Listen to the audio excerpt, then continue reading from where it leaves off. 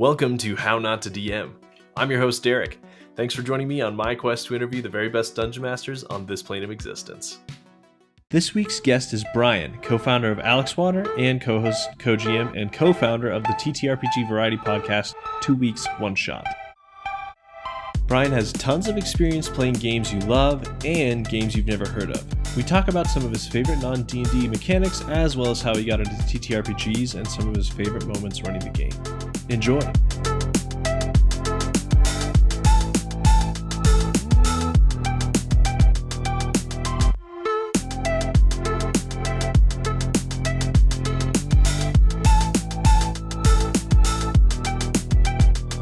I started playing when I was about 10 years old. I was introduced by my older brother, who had been playing games with some people he knew, and he was talking to me about it, and it sounded really fun. And then from that, my mom actually had played D&D way back in the 80s. Yeah. And she hadn't really touched the game basically the entire time I was alive, at least. I ended up getting the third edition. I had the original 3.0 Player's Handbook, and then I got the third edition sort of starter set for a birthday. And that was what kicked it all off. And from there, 3.5, foray into fourth edition, and then over to Pathfinder, and now back to 5e, and tons of other stuff on the side. Definitely a big part of what I do and what I enjoy doing. You started pretty young. At what point did you take the move back behind the screen and start running your own games? It was a very early thing because, like, my older brother, when I was playing with him, he was obviously more experienced, so he ran some games for me and, showed me the ropes, got me to learn some of the rules. And then when I got the starter set, the starter box for, my birthday, my family, they got it for me and they were like, yeah, we'll do this. But I was really the one who was the most into the idea of it. So I pretty quickly became the one where, like, all right, I'll be the dungeon master. And I started doing that. And I really enjoyed it because I had always grown up liking, telling stories and doing things in that vein. And being a dungeon master feels like a perfect natural fit for that when you move into the hobby of, being able to be not necessarily the one in charge of the story, but definitely the one sort of with the biggest hand in shaping it. You mentioned you've played just about every version of D&D and including Pathfinder since 3.0, but what about other tabletops? We'll get into kind of like the ones you've played on the podcast, but yeah, what other tabletops have you played and run specifically? A lot. I definitely am a big fan of, poking around, seeing if I can find any info on, big name games. So I've poked around and done some stuff with like the Warhammer 40K series, a lot of World of Darkness type stuff, different, versions of that, other White Wolf games, Exalted and Scion, Call of Cthulhu, and, some other stuff in that vein. I've done a few of the old school Renaissance type stuff, a lot of different games. I really like exploring all of the different systems that are out there, and seeing, what do they do? How do they do things differently? What ideas are each of these games bringing? Because for all of these games to exist and have people playing them, they have to be doing different things. Otherwise, we'd all be playing the same games.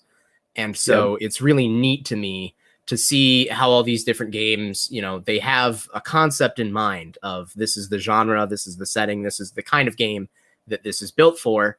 And then getting to look at, how does the system support that? How does this game do that? And there's a lot of really, really interesting games out there that do very, very interesting things. So you've played a lot of them. Have you taken a crack at designing your own game? And if not, if you were to, what pieces or influences would you kind of cobble together to create the game? I have played around with the idea. It's definitely one of those sort of pipe dream kind of things. I end up mostly limiting myself to a lot of homebrew and house ruling for, existing systems, just altering them slightly. But I think one of the most interesting ideas that I think I've ever seen in a role-playing game is, I know it's not from this one originally, but there's a game called Dogs in the Vineyard that's like this really weird, offbeat, cool indie RPG. And one of the neatest things that game does is that instead of rolling for like individual actions, you're rolling for a scene.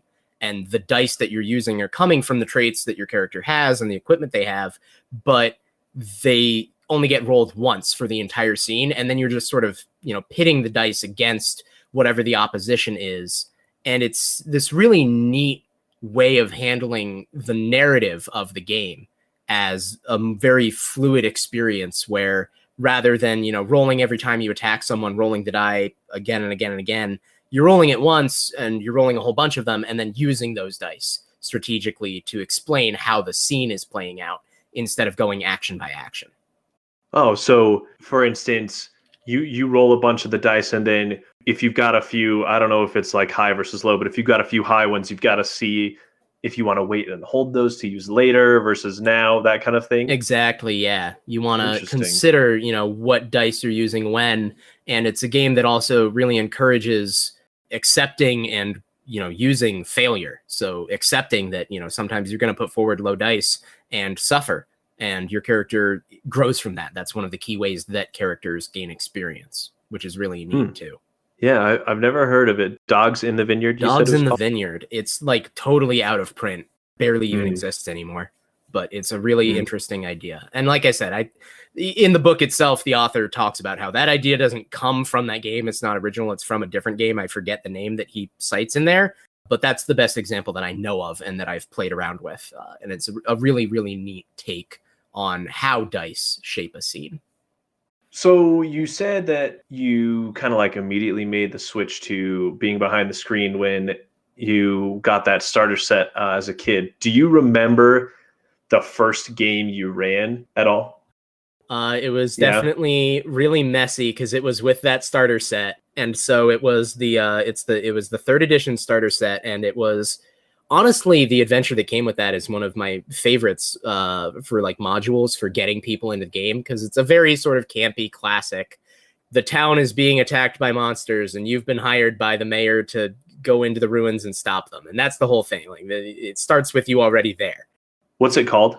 God, I don't think it even has an official name. It was just the adventure from the 3rd edition starter set. It's the one I can describe it for you. The box is the one. It's got like the splash art on the box is a blue dragon, which is the overall villain for the adventure. Spoilers for a 3rd edition starter module. It was a really neat box, and it was a really neat way to start learning, okay, here's how the game works. Here's how the rules do things. And it also did, I think, a pretty good job of encouraging players to, role play a little bit. It's obviously designed for people who've never really played the game before or played RPGs in general, but it has some good chances for players to, play around. It's got a lot of, descriptions for what the monsters would sound like and what they're saying, so the dungeon master can ham it up and do fun voices and things like that. And I remember it was just a really, really cool, fun time getting to go through that with my family of, some of them getting more into it than others, but definitely seeing that sort of unfold of, wow, this really is this cooperative storytelling game experience of, I'm controlling these monsters and having them do their thing, but the players are trying to conquer them. And I want them to. I don't want them to lose. I want them to have a dramatic experience in their victory. Cool. Yeah, that sounds like fun. I just Googled it really quick and I couldn't find a name either. It must not have a name. So I don't you're think right. It was named. I think it was just like, here's an adventure. And it was. Yeah, it says there's like a blue one and a black one, and it's called Dungeons and Dragons Basic Game. Good memory. So you've been behind the screen off and on then for 15 years. So you've got to have some good ones here. What are some of the worst mistakes you've made as a DM or a GM, so system agnostic, and what lessons can we take away from these mistakes? Probably the worst mistakes I've ever made are when a few times, especially very early on, when I was figuring out, what is this all about, right? How do role-playing games work? What makes them different from other things? When I was younger, and I think I'm still guilty of this to some extent, although I try to keep it in the background or, focus on other parts. But a lot of the time when you're a GM, I think it's easy to get caught up in like, you have a story, right? You have a story you want to tell. You have a story idea that you want to work with. And you have this really cool vision for this awesome campaign in your head.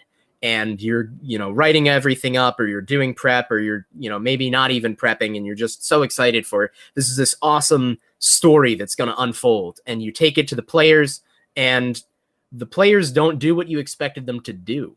And that happened. I think that's something everyone who has ever sat behind the screen is aware of, right? Like, they're going to run rampant all over everything that you had planned and go directly for the things that you didn't have planned. And when I was younger, I think I definitely suffered from effects of, wanting to really have the game go the way I wanted it to go, right? Like, I have this good story idea. I want them to do this thing. They do A and then B and then C. And if they start doing X, Y, and Z instead, I know when I was, starting out as a GM, that was something I really struggled with, was accepting that you're not going to just tell the story you want to tell, because there are 2 or 3 or 7 other people at the table wanting to tell their own stories. This is a very common thing. And I know that when I ran my first session, it was the exact same thing, right? We'd been playing a pre-written module for a little bit, and I said, oh yeah, I could do this. So I went and proceeded to write out exact story points that we were going to hit. And then the first session I ran, they totally take a left turn that I was not expecting, and I wasn't ready for it. So it happened to everybody, right? Oh, yeah. Whoever started, that's exactly how it goes. Probably the most universal experience that game masters have is there's always going to be, usually within the first couple of sessions of any campaign, the moment where you kind of have to sit back and be like, what do I do? The players have totally gone off track of anything that I thought they would accomplish. And now I need to make a decision. Am I going to roll with it and just figure it out from here? Am I going to try and get them back on track? What are my options? And that's one of those moments where you just kind of have to figure it out for yourself. Yeah, we'll talk about this in a little bit, but in your show that you run with your friends, since you each kind of take turns running a one shot in a different system, there's always the kind of the follow-up recap episode that you do, and you get to talk about all the plot points that the players missed because they just didn't think to look through those things. And it's happened every session we've had so far, and every session that we are going to have in the future probably will have tons of those moments. So funny. What are some of your favorite monsters or NPCs or encounters you've thrown at your players that really challenge them? I think my favorite ones are always the ones that are like memorable for some reason, whether it's because they're just so unusual and they sort of capture your attention, or the ones that are like really interesting and dramatically important. So some of my favorites include, I think I brought this up with one of your Twitter questions at one point, but one of my favorite NPCs I ever ran was one who I designed to be intentionally suspicious but not malicious, which was a lot of fun to try and toe that line, because I'm sure and I'm sure everyone listening knows, players tend to be very trigger happy when it comes to NPCs that they don't trust immediately. If they have any suspicion that an NPC might be evil or harm them or cause trouble, a lot of players are very quick to decide that they will cause trouble and preemptively strike that NPC instead of, waiting to see what happens, right? So I wanted this character to be one where he would be like very on that edge of making the players not uncomfortable, but very wary of their dealings with him. But the whole time I very much wanted to keep in my mind that like, this is actually a character who is totally normal and totally fine. He doesn't have anything against them. He's not going to attack them. He is going to be an ally if they don't, mess up and make him an enemy. And it was a lot of fun to do that. And I think my players definitely remembered that character very well too, to the point that this was during a game that I was running in college, and, he had given them a fetch quest to deliver a letter, and like weeks and weeks and weeks of real-time gameplay later, they, had delivered the letter and everything, and they realized like, oh, we should go back and talk to him and like get our reward, but also see how he's doing and like see what's going on. And that was a really neat moment to sort of witness, oh, okay, cool. This really is an NPC that is sticking with them. So they didn't murder him.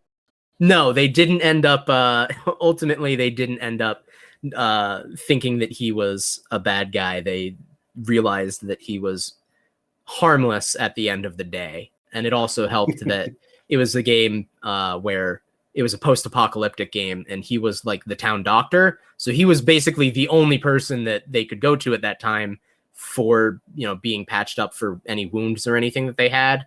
So that also helped. They were kind of in the position of maybe we shouldn't kill this guy. All right, let's switch gears then. We've alluded to it before, but you are part of the podcast 2 Weeks, One Shot. Tell us about the concept. Tell us about how it came to be, how you all met each other and decided that this was going to be what you're working on. And then maybe talk a little bit about what you want to accomplish with it.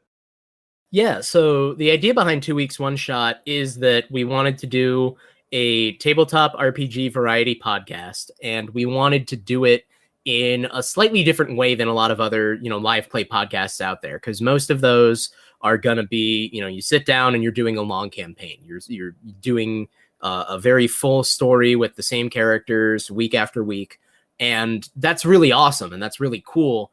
And there's a lot of them out there. And that's why we were thinking, we don't necessarily want to try to do that. We want to have something a little more unique going on for us. And one of the things we can do that with is the fact that the 4 core members of the group, we all come from pretty different backgrounds in terms of how we got into gaming, how long we've been doing it, what games we're familiar with. And we realized that was a great opportunity for, we can do one-shots and we can do little, mini adventures in a bunch of different games to highlight the ideas of those games. And, what game is this? What's the genre? What's the setting? How does it work? What are the rules? And here's the game where we, play around with that. Here's some characters that would be in this game world and things like that. And it was just this really neat idea that I think had been sort of bouncing around in a couple people's heads for a while. And we ended up linking up with each other. I met Alex and Harold through John, who is a friend of mine from way back in high school. And then he had moved away, met them, and, just sort of through mutual hobbies and interests, we all got to know each other and brought up, this idea of, what if we do a podcast? What if we actually make this happen? And so we sat down, we figured out, some rough ideas of what we wanted to do with it. We settled on the name. Part of that was the idea of, let's aim for 2 weeks. And that way it's something where, we commit to this, but we don't commit to something that we're going to burn out on. And I think that was a huge thing that I think a lot of people who are, thinking about doing D&D in general, or, role-playing games on the tabletop in general, as well as if you're considering doing a podcast or anything, limiting yourself with how much you're going to throw into it, I think is a really wise thing. And it has really enabled us to do this and start working on it and, do the games, edit, start releasing episodes. And it's been going miles and miles better than any of us expected it to. Honestly, the feedback we've gotten and the support we've gotten is absolutely astounding.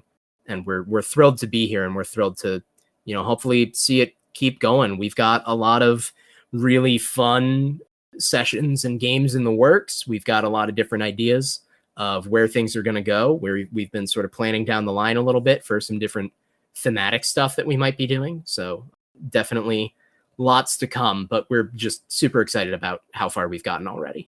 Honestly, when I found the show, I think it was just because I had started my podcast around the same time, and I was just kind of looking for people who were doing similar things. And so I stumbled upon it, and I was listening to it while I was grocery shopping, and I had my headphones on, and I think I was just laughing out loud, and people were probably staring at me as I was listening to the first episode. So it was super funny and a lot of fun. And not to say that it's just like all goofy, but you guys kind of mix the humor with whatever thematic elements the particular game is, and I think you're doing a great job. I know you've kind of rotated, like the first episodes had a few more cast members than the subsequent ones, but I guess that's kind of the nice part of little self-contained one-shot games is if in the future you want or you need flexibility, then, not all of you have to be there all the time, right? Oh yeah, that's definitely something that is really helpful with, one-shots being these very self-contained adventures. It means that we are really able to have that sort of rotating cast as needed, rotating co-hosts, rotating guests, different people involved in different adventures. And I think that's something that has also been really helpful in the process of, getting the show going and in terms of just playing the games, because it means that we can really focus on the game and the story at hand and not have to worry about, okay, well, we have to plan around, this person's not going to be here for a whole month, so we need to have something for their character to be doing and everything. We sort of get to skip over that part, which is pretty helpful. Yeah. My least favorite part about being a DM is trying to explain why people aren't there. Mm-hmm. It's definitely the continual struggle. And I always am in the position of, wanting to come up with something to do that, because the only thing I hate more than doing that is like having to try and play someone's character for them, and it never works. Yep. So do you do the one-shots at one time, like record 3 hours worth, and then you just kind of edit and split them apart for the subsequent, I guess it's 6 weeks? Pretty much, yeah. We pretty much try to, plan out, all right, we're going to get together, we're going to do this one shot. We sit down and we play. And, admittedly, sometimes we end up having to, something comes up and we have to sort of, all right, we'll put this on hold, we'll finish it up later. But all of our one-shot adventures have been like one-shot adventures. Even if we're not necessarily, sitting down in one night and doing them, they're all adventures that take place over the course of 4 or 5 hours of playing, which means that they really are that sort of very focused narrative of we're just getting a slice of this game and seeing what we can do with it. What's been the hardest part of starting a show mid-pandemic? All of you are kind of split across the country, right? So it's not necessarily a problem of being able to meet together, but what have some of the other issues been? Yeah, I think the biggest thing has just been like scheduling, which I know is something that everyone has been impacted by. And I'm sure any, in-person groups definitely, even with, once you get to the point where, okay, it's safe for us to be meeting in person again, scheduling is going to be difficult because a lot of people's, jobs got shaken up. A lot of people's work weeks and regular hours and things like that got shaken up. And it's definitely something that's been tricky to coordinate around with, everybody has their own lives. Everybody has their own other things that they're doing. So finding the time that we can to, all get together and do something can be a little difficult at times. But overall, I think it hasn't been too hard.